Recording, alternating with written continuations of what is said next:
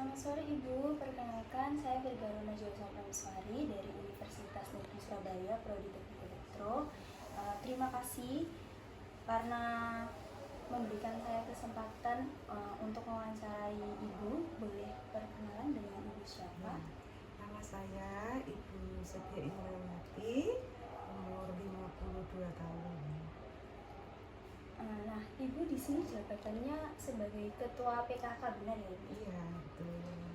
Nah, jadi saya izin bertanya beberapa pertanyaan seputar kegiatan Ibu sehari-hari menjalankan tugas sebagai Ketua PKK ini. Yang pertama, bagaimana Ibu memaknai dan mengimplementasikan nilai-nilai Pancasila dalam kegiatan PKK sehari-hari untuk meningkatkan keharmonisan keluarga dan masyarakat? Ya. Dalam tugas sebagai Ketua PKK itu tidak lepas dari 10 program pokok PKK, diantaranya yaitu mengamalkan Pancasila. Ya. Di sini dalam pengamalan nilai-nilai Pancasila dalam kehidupan bermasyarakat ya maupun dalam keluarga di sini itu yang pertama yaitu mengedepankan sikap toleransi, kerukunan. Kerukunan kalau di sini dalam berorganisasi, kerukunan dalam bermasyarakat ya, saling menjaga kerukunan dari warga satu dengan warga yang lainnya. Nah, itu kalau untuk dari segi agama yaitu tadi saling istilahnya kalau di sini kegiatannya di sini ada kayak pengajian dan itu melibatkan ibu-ibu PKK yang ada di wilayah sini. Nah, terus kalau dari segi sila keempat misalnya di sini yaitu mengembangkan prakopasi. Di sini ada kalau arisan kita dari PKK juga ada koperasi simpan pinjam. Di sini warga bisa mendapatkan manfaat dari simpan pinjam tersebut untuk memenuhi kebutuhan rumah tangganya. Terus juga ada mengenai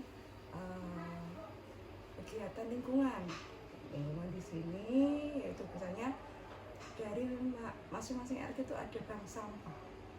Di wilayah RT 08 di sini itu ada bank sampah suka-suka, yang dimana kegiatannya itu 1 bulan sekali, dan alhamdulillah kita setiap bulannya juga mendapatkan donase yang tertinggi baik se-RW 12 maupun di tingkat kelurahan Mojo kita paling tertinggi, baik itu dalam bentuk donasenya maupun dalam bentuk rupiah. Dalam hitungan 1 bulan ya, 1 bulan pengumpulan, dan itu pun adalah partisipasi dari masing-masing warga, di mana warga dengan misalnya sukarela dan senang hati memilah sampah di rumah, dan nantinya sampah itu akan menjadi cuan bagi mereka, jadi mendapatkan tambahan penghasilan dari situ. Oke, nah dalam menghadapi tantangan zaman, apa strategi PKK agar nilai gotong royong dan toleransi yang merupakan cerminan Pancasila tetap terjaga di lingkungan desa atau kelurahan? Kalau dari kita ya tadi meningkatkan partisipasi warga dalam mengembangkan koperasi, terutama satu. Yang kedua yaitu menggiatkan lingkungan di sini adalah bank sampah ya. Bank sampah di sini nggak hanya menumbuhkan sampah saja untuk menjadi cuan, tidak, tapi juga bisa dalam pembuatan misalnya kayak pupuk atau pupuk kompos ya. Pupuk kompos ini dari makanan yang kita masak itu, dari bahan-bahan yang atau daun-daunnya itu bisa kita sisihkan, kita buat seperti pupuk kompos atau di sini itu komposter. Tuh. Terus yang kedua yaitu kita sedang diharapkan menggalakkan untuk warung hidup atau apotek hidup. Di sini selain untuk menjaga lingkungan, kita juga bisa menggunakan teknologi dari keluarga. Kalau tidak, kita bisa menghemat uang untuk beli bahan makanan ataupun beli bahan obat-obatan, itu bisa berangkat dari rumah. Itu salah satunya. Nah, Pancasila menanamkan pentingnya keadilan sosial.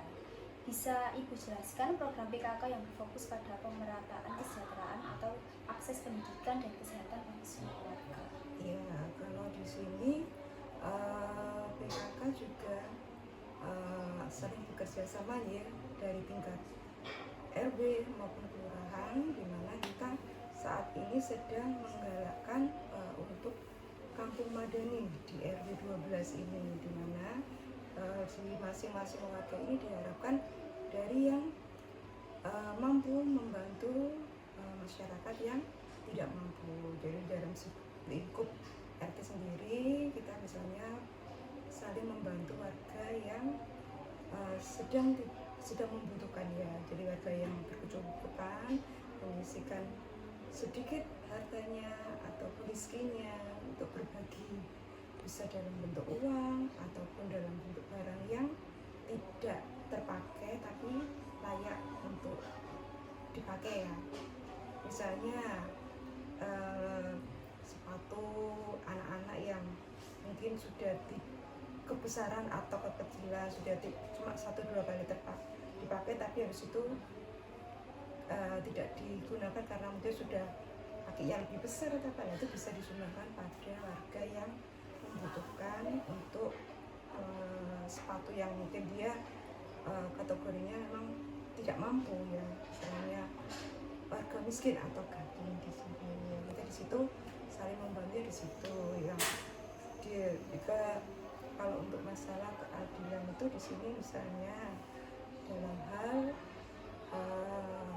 dalam menyelesaikan selisih masyarakat itu kita juga harus bisa melihat permasalahannya. Di sini kita tidak bisa istilahnya itu bulu-buluan atau apa, tapi kita harus bisa memberikan solusi sebagai penengah, bagaimana solusi yang terbaik untuk menyelesaikan permasalahan yang ada di warga.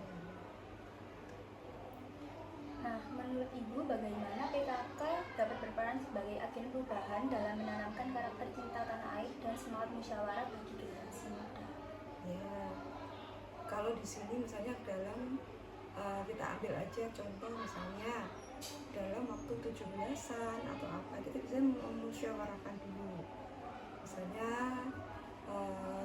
untuk saktileran, untuk misalnya kita membuat tasyakuran atau apa, terus kalau misalnya ada warga yang sakit, kita juga saling menyisihkan rezeki kita, membuat saktileran untuk membantu warga yang sakit gitu. Seperti itu. Lalu apa saja kendala yang dihadapi PKK dalam upaya mengamalkan sila-sila Pancasila di masyarakat, dan bagaimana solusi yang Ibu lakukan agar nilai-nilai dasar negara tersebut benar-benar hidup di komunitas? Ya, kalau kesulitannya sih nggak terlalu sulit sekali sih ya, mungkin hanya terkendalanya tuh mungkin hanya masalah komunikasi aja ya. Kalau kita memberikan pemahaman, memberikan sosialisasi secara terus-menerus, secara intens, insya Allah mereka juga akan bisa membuka diri untuk bisa saling berbagi. Ya itu tadi, kendalanya seperti itu, solusinya itu tadi memberikan sosialisasi secara intens, secara berkelanjutan terus-menerus ya. Pada waktu arisan warga, yaitu satu-satunya kita bisa berkumpul, kita bisa sharing dengan warga, kita bisa menyampaikan info-info yang bisa kita berikan, yang kita terima dari RW maupun dari kelurahan. Baik, terima kasih banyak Ibu atas waktu dan kesempatannya, terus kesediaannya untuk berbagi pengalaman